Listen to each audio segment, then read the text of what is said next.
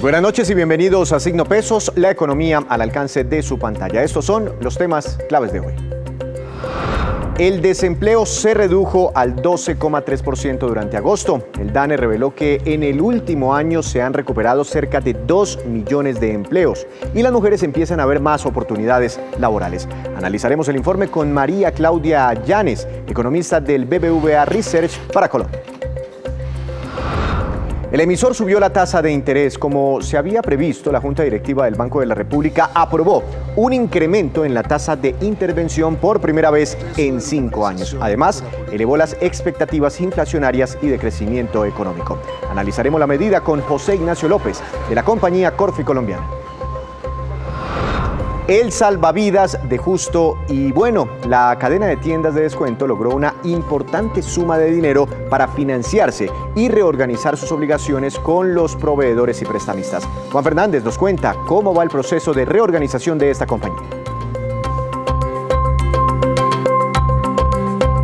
Comenzamos esta emisión de Signo Pesos con una buena noticia y es la reducción en el desempleo durante el mes de agosto al 12,3%, que significó una importante recuperación en los puestos de trabajo. Sin embargo, la cifra de desempleados y especialmente la cifra de personas inactivas siguen estas dos cifras siendo elevadas. Esto explicó al respecto el director del DANE.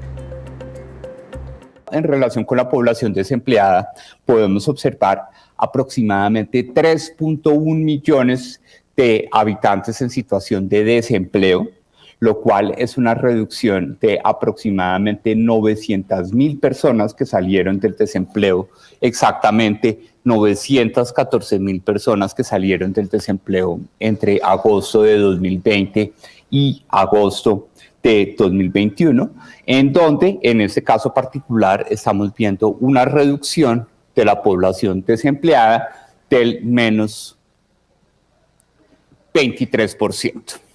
Y en relación con la población inactiva, en el total nacional, nosotros estamos observando aproximadamente 15.7 millones de personas por fuera de la fuerza laboral. Recordemos que están estudiando, rentistas, que están dedicados a oficios del hogar, sobre todo mujeres, desafortunadamente, y personas que ya después de intentar muchísimo buscaron trabajo y no lo encontraron, pues se retiran de seguir participando dentro de la fuerza laboral. Y para analizar las cosas buenas, pero también las que siguen siendo preocupantes en este informe del mercado laboral, tenemos hoy a una experta en el tema. Doctora María Claudia Llanes, economista del BBVA Research para Colombia. Buenas noches, bienvenida a Signo Pesos. ¿Cómo le ha ido? Buenas noches, Víctor, muchas gracias. Muchas gracias a usted. Tuvimos en agosto el desempleo en 12,3%, pero en el momento más crítico de la pandemia inclusive alcanzó a superar el 20%, marcando cifras históricas. ¿Está cayendo a buen ritmo el desempleo en Colombia? Sí, Víctor, el último dato, el dato de este mes de agosto del 2021 es un muy buen dato del mercado laboral. El desempleo cayó en más de 4 puntos porcentuales con respecto al de agosto del 2020, pero lo que es muy interesante de este dato del mercado laboral es que el mercado laboral se comportó de una forma muy dinámica. Llevamos 2 meses, julio y agosto, con una creación importante de empleo y esto es muy importante porque veníamos en un primer semestre donde el empleo estaba creciendo muy poco, donde estaba muy estancado. Entonces, el dinamismo del mercado laboral es muy importante en este dato de empleo y fue un dato muy bueno. Pues de hecho decía el DANE que es la mejor cifra de desempleo en Colombia desde que llegó la pandemia. Vimos también una reducción importante en las ciudades. ¿Eso a qué obedece? Bueno, lo que pasa es que también toca acordarse que las ciudades fueron las que más se vieron afectadas por la pandemia, por las mismas actividades que se desarrollan en las ciudades, que son muy afectadas por los confinamientos y las restricciones a la movilidad. Entonces, pues las ciudades también son las que también tienen más potencial también de crecimiento y pues de mayores reducciones de la tasa de desempleo. Dice el DANE que hay en este momento, o bueno, por lo menos en el mes de agosto, 21.600.000 colombianos con un empleo, entre formales e informales, ¿no? ¿La recuperación de puestos de trabajo ha sido, digamos, homogénea en todos los sectores o hay algunos que todavía están rezagados? Bueno, para mirar eso, a mí me gusta comparar los datos de empleo entre 2019 y 2021, que es mirar cuál es el efecto en los diferentes sectores desde de antes y después de la pandemia.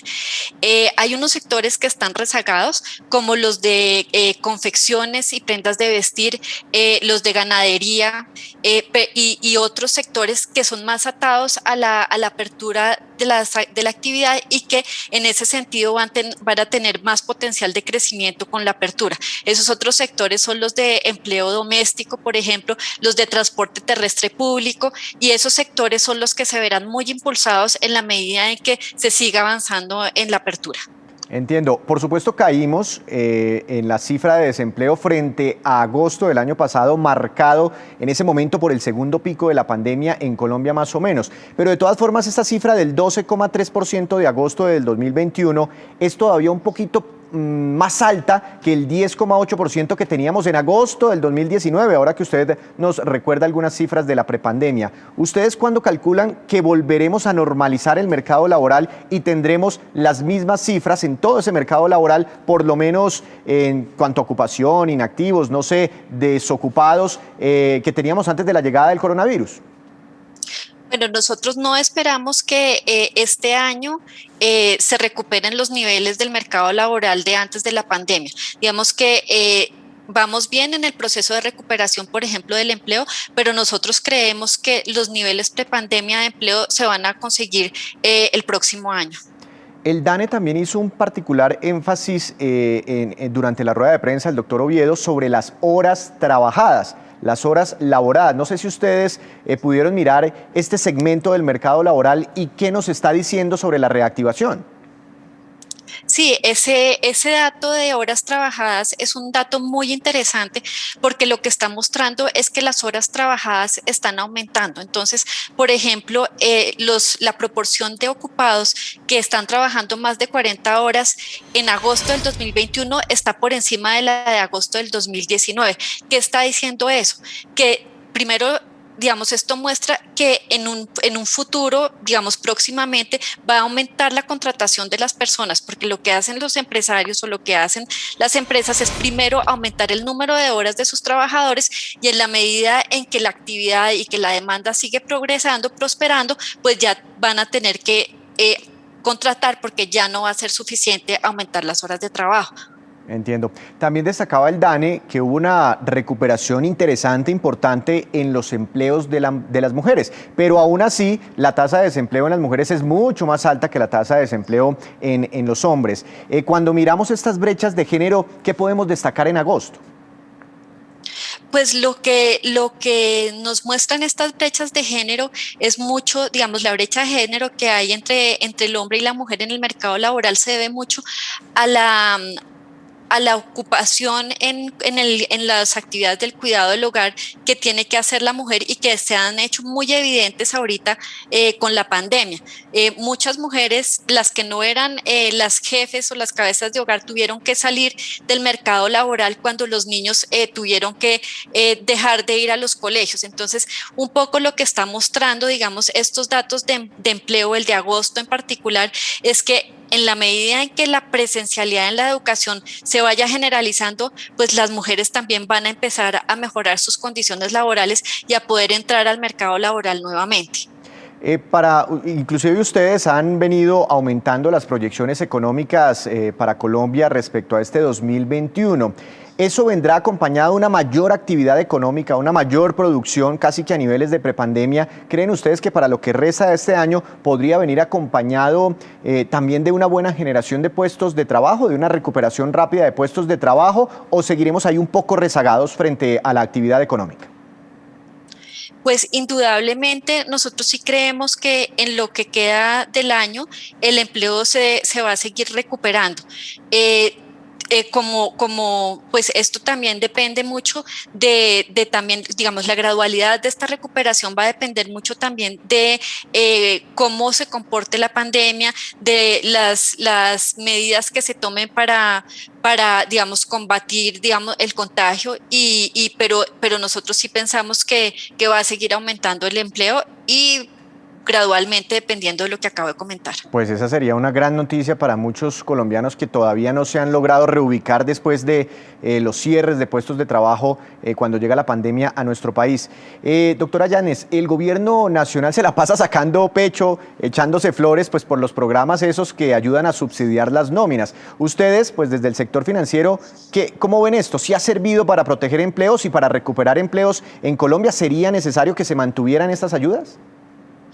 Pues indudablemente las políticas del gobierno para ayudar a combatir la pandemia eran necesarias. Digamos, el gobierno creó programas que ayudaron a que los aumentos en la pobreza no fueran tan grandes como lo fueron, y sí han sido importantes todos estos programas. En particular los programas de la nómina, de apoyos a la nómina, el PAEF va a durar hasta diciembre del 2021, y también el gobierno hizo un apoyo a las nóminas por las empresas afectadas por el paro. Entonces, pues esto sí ha sido una cosa, digamos, que ha sido beneficiosa. Doctora Yáñez, muchas gracias por ayudarnos a entender las cifras del mercado laboral correspondientes al mes de agosto. Que tenga una feliz noche. Gracias, Víctor, lo mismo. Con este panorama laboral hacemos nuestra primera pausa, pero cuando regresemos espere, ¿qué implicaciones tendrán para ustedes las decisiones de la Junta Directiva del Banco de la República adoptadas hoy? Regresamos con un experto quien nos ayudará a entender este tema.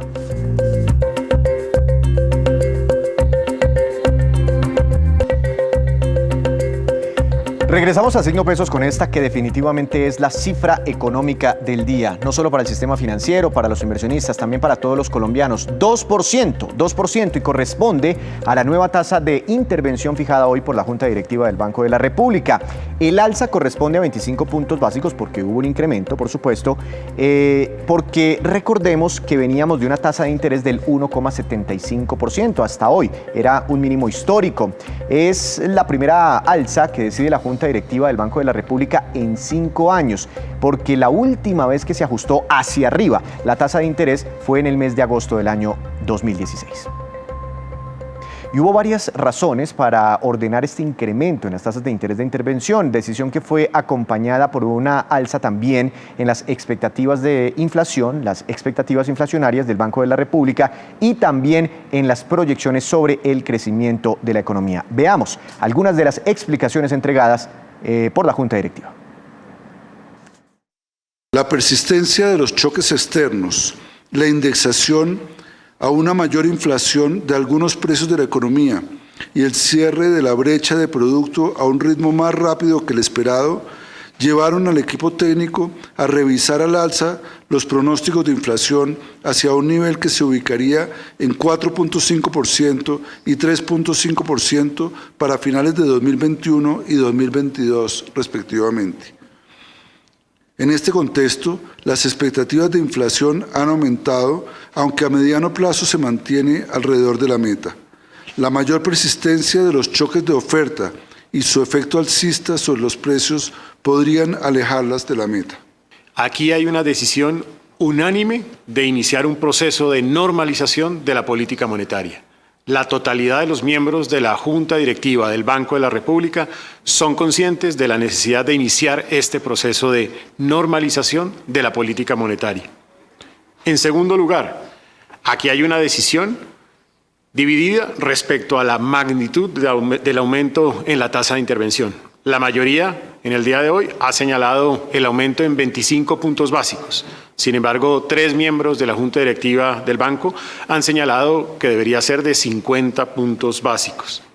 Esto lleva entonces a que la decisión mayoritaria, la tasa de intervención sería ya no de 1,75, sino del 2%.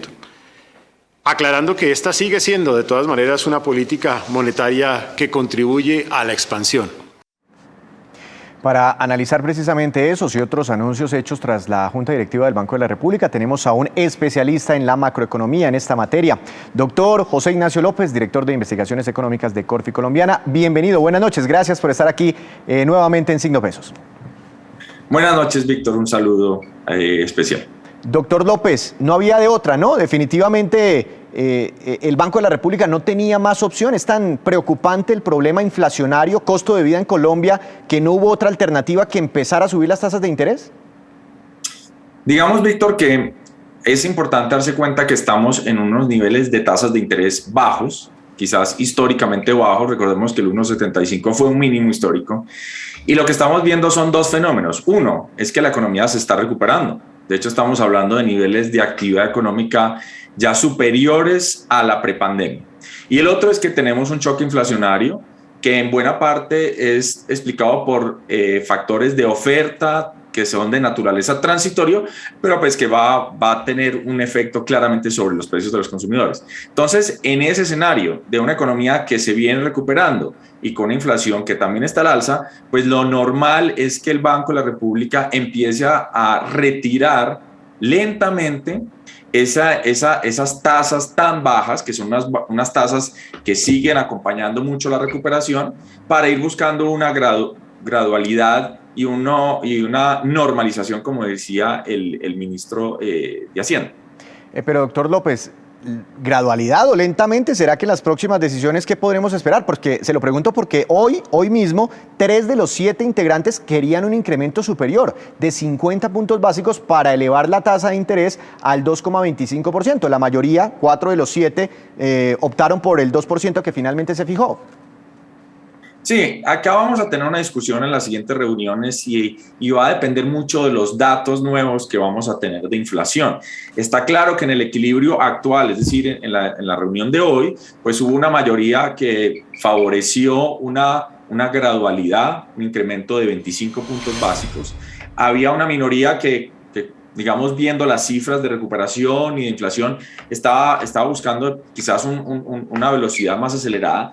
Vamos a ver en las próximas reuniones, dependiendo de cómo salgan los datos de inflación, de crecimiento, del mercado laboral, que también es importante mencionar lo que hace parte de esa compleja ecuación del banco, cómo se va balanceando las fuerzas, pero en todo caso, en el consenso, por lo menos de analistas y del mercado, lo que se espera es que sea, repito, una normalización gradual, donde en próximas reuniones pues se siga aumentando las tasas de interés hacia llevarlas a un estadio consistente con una economía que pues afortunadamente se está recuperando este choque tan fuerte que tuvo a raíz de la pandemia. Pero doctor López, esa palabra normalización se la escuché también hoy al ministro de Hacienda y al señor gerente del Banco de la República. Como usted dice, eso significa que la de hoy no es la primera subida. O sea, nos tenemos que ir preparando para nuevos incrementos en las tasas de interés. ¿Dónde cree usted que parará el Banco de la República con su tasa de referencia? Esa es una muy buena pregunta y hay ahí, digamos, una incertidumbre grande, porque, repito, depende de cómo vaya siendo este proceso de recuperación. En particular, desde Corficolombiana estamos pensando que hacia el año entrante vamos a estar en tasas de 3,75, posiblemente 4 hacia finales de 2022. Pero está claro que estamos todavía en un panorama muy incierto. Es probable que en las siguientes reuniones sigamos viendo aumentos de 25 puntos básicos, que nos llevarían esta tasa del 2 a un 2,25 y a un 2,50 a finales de este año. Y repito, este es el proceso de ir llevando unas tasas consistentes con lo que sería una tasa menos acomodaticia, como se dice en el lenguaje de política monetaria, o digamos menos expansiva, que significa que no hay que aumentar tanto las condiciones de liquidez porque pues ya la economía afortunadamente va encontrando una senda de recuperación. Doctor López, yo me puse a mirar por ahí hoy comentarios en las redes sociales y mucha gente decía, no, pero ¿para qué se ponen a subir las tasas de interés? Están chéveres en este momento, bajitas para adquirir créditos hipotecarios, para hacer compras de cartera, en fin. Pero también mirando las declaraciones del gerente y del ministro decían que si ponemos en una balanza unos créditos que seguramente tendremos en los próximos meses en los bancos un poquito más caros frente a una inflación alta, pues que ellos prefieren irse por los créditos un poquitico más caros que por la inflación alta, que por eso toca controlar la inflación. ¿Por qué cuando ponemos esa balanza el Banco de la República intenta proteger la inflación? ¿Cuál sería el problema de que este indicador se nos saliera de las manos? Bueno, básicamente hay que recordar que el mandato constitucional del banco es proteger el poder adquisitivo de la moneda, es decir, asegurarse que la inflación no se sale, digamos, de control y que luego no nos alcanza la plata para nada. Entonces, ese es un mandato muy claro, claramente, pues no, es un mandato que está sincronizado y en línea con lo que le va pasando a la actividad económica, al empleo, etcétera, etcétera. Pero pues la función del banco es promover unas condiciones monetarias que sean consistentes con una actividad económica y con una inflación que se vaya anclando en el mediano y largo plazo a su meta del 3%. Entonces, lo normal en esta operación usual del Banco de la República es que en la medida que el choque está pasando, que tenemos unas presiones inflacionarias, pues vaya generando unas tasas de interés que van acompañando esa recuperación, pero que van asegurando que mantenemos unas expectativas de inflación ancladas o cercanas a esa meta del 3%. Ese es el papel del Banco de la República. Otros bancos de la región vienen subiendo tasas también en esa línea. Entonces, esa postura es consistente con, claro, repito, el mandato que tiene la autoridad monetaria. También decían ahí que con una inflación muy alta, pues perdíamos todos los colombianos poder adquisitivo, es decir, la misma plata que nos ganamos nos alcanza para comprar menos cosas. Pero doctor López, hay otro indicador y aquí sí de pronto si me ayudaba siendo un poquito profesor, pero me llamó mucho la atención la palabra indexación. ¿A qué se refiere el Banco de la República cuando dice que está muy preocupado porque la inflación está indexada a otras cosas que después pueden generar mayor inflación y un efecto espiral que después podría ser difícil de controlar? Un poquito para entender esos términos. Listo. La indexación es básicamente cuando hay precios que tienen como referencia la inflación observada, causada o ya anterior. Es un síntoma típico de países que en algún momento histórico tuvieron inflaciones altas. En Colombia tuvimos, recordemos, en algún momento los 90 inflaciones que superaban el 30%, quizás digamos, la audiencia más joven no se acordará, pero eran inflaciones comunes en este país. Colombia tuvo episodios de hiperinflación históricos, muy en el pasado, pero los tuvo. Y en general, en los países que tienen inflación, se generan estos mecanismos de indexación, es decir, que hay precios que están anclados a la inflación anterior para evitar un poco pérdida de poder adquisitivo y demás. Entonces, en Colombia, por ejemplo, tenemos varios mecanismos de indexación que hacen que un choque de precios que sea de naturaleza transitoria finalmente se alimente más y dure más en el tiempo. Entonces, voy a dar varios ejemplos para que sea más concreto para la audiencia. ¿El salario mínimo? Por ejemplo, ¿cómo negociamos el salario mínimo? Claro. Por ejemplo, el salario mínimo, está claro que un componente importante es la inflación esperada, es decir, la inflación que va a ocurrir en el año que viene, pero también claramente tomamos como un parámetro muy importante la inflación que acabamos de observar, ¿sí? Entonces, cuando estamos en la negociación del salario mínimo y la vamos a estar en unos pocos meses, en un momento donde la inflación va hacia el alza, probablemente en la negociación va a salir el argumento de no, necesitamos aumentar más el salario mínimo para compensar esta inflación reciente que estamos viendo. Y ese mecanismo hace que un choque que podría durar algunos meses, pues empieza a perdurar más, porque, por ejemplo, si aumenta el salario mínimo, pues aumentan los costos laborales y quizás muchas empresas, pues, trasladen buena parte de esos costos a los precios de los consumidores. Ese es un mecanismo de indexación. Tenemos otros, por ejemplo, los alquileres, los arriendos, claro. Buena parte de cómo se renegocian los contratos en el alquiler, en el arriendo que paga la gente, depende de la inflación, digamos, causada.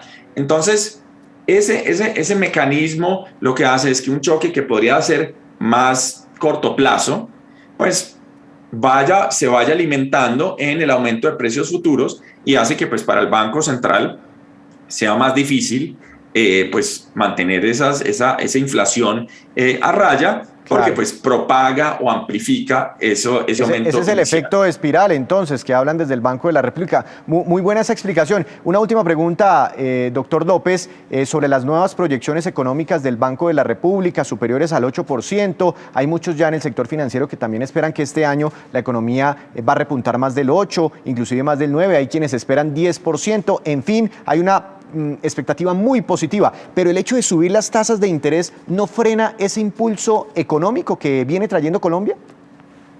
Hay que aclarar es que este mecanismo de aumentar las tasas, sobre todo si es un ritmo muy lento o gradual como el que estamos previendo, no tiene un efecto inmediato. Es decir, hoy el Banco de la República sube sus tasas y eso no implica que entonces mañana ya todos los créditos son más caros y entonces nos vamos a endeudar menos. Ese es un proceso lento. De hecho, pues hay una literatura y el Banco de la República trata de estudiar muy bien cuánto se demora ese proceso, hay unos indicadores que hablan de 6 meses, 8 meses, 9 meses. Entonces, está claro que eso tiene un efecto, es un efecto donde trata de moderar el crédito, por ejemplo, trata de moderar el consumo, favorecer un poquito más el ahorro, pero es un efecto que no es inmediato. Entonces, yo creo que para las estimativas o proyecciones de este año, el efecto quizás es nulo, muy pequeño, marginal, de tal suerte que pues, para este año lo que estamos viendo es la recuperación, el rebote, un poco volver a las actividades normales, y quizás ya para 2022 pues hay que empezar a recalcular qué vamos a crecer después de este rebote y cuál puede ser ese efecto, digamos, de unas mayores tasas en el crecimiento de 2022 y más allá. Pues doctor López, muchas gracias primero por ayudarnos a entender algunos términos económicos y también por ayudarnos a comprender esta importante decisión del Banco de la República. Una feliz noche, gracias por estar en Signo Pesos. Feliz noche, Víctor, un saludo. Nos acompaña entonces desde Corfi Colombiana. Hacemos otra breve pausa, pero ya les contaremos qué tanto invierten los hogares en consumo de café. Ya les tenemos muy interesantes cifras al respecto.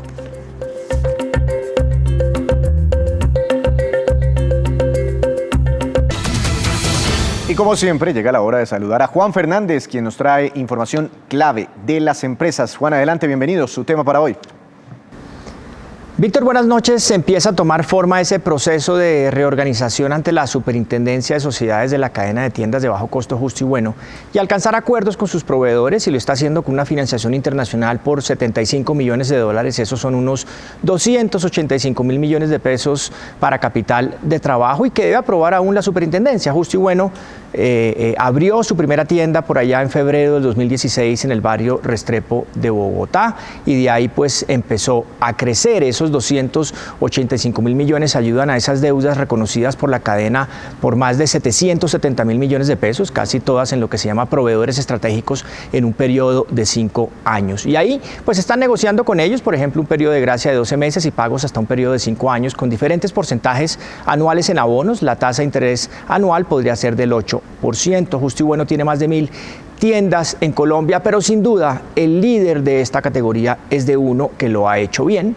Es hoy una de las grandes cadenas del país y por supuesto con números bastante alentadores. Todas las tiendas de descuento en ese canal de supermercados ya tienen cerca del 32% del mercado, y es la más alta de cualquier país en América Latina. Ahora de uno y Justo y bueno superan las 4.000 tiendas en total en el país. Y esta pues es, Víctor, la movida de hoy rápida sobre tiendas de descuento y este futuro de la cadena Justo y Bueno.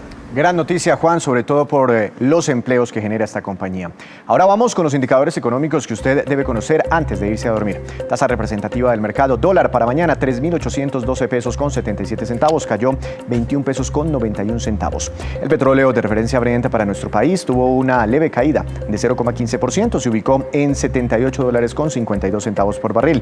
El precio interno del café colombiano bajó. Quedó en promedio para mañana a 1.735.000 pesos por carga. Índice MSCI Colcap de la Bolsa de Valores de Colombia sigue subiendo de a poquitos, pero se sigue recuperando. 0,11% ganó hoy. Acción más valorizada, Preferencial da Vivienda, con una ganancia de 1,80%, y la acción que más cayó, Enca, con un retroceso del 2,69%. Antes de despedirnos, los dejo con este dato. Mañana se celebra el Día Internacional del Café, y con ese motivo la compañía Cantar Consumo nos entrega estas cifras sobre la compra de este producto en nuestro país. Somos un país cafetero, recordemos. El gasto de los hogares en café entre junio de 2020 y junio de 2021 fue de 917 mil millones de pesos, casi $1 billón. Las compras de café instantáneo son de más del 40%, y las de café molido son casi el 60%, 57% para ser más exactos. Bogotá es la ciudad de mayor consumo de café, 30% del mercado nacional, y entre los colombianos encuestados, el 63% prefieren café de filtro, 45% el café expreso, 19% el café de máquina y el 9% el café de cápsula. Así terminamos por hoy, pero los esperamos mañana con una nueva emisión y toda la información económica que usted necesita saber. Esto es Signo Pesos, la economía al alcance de su pantalla. Que tenga una feliz noche.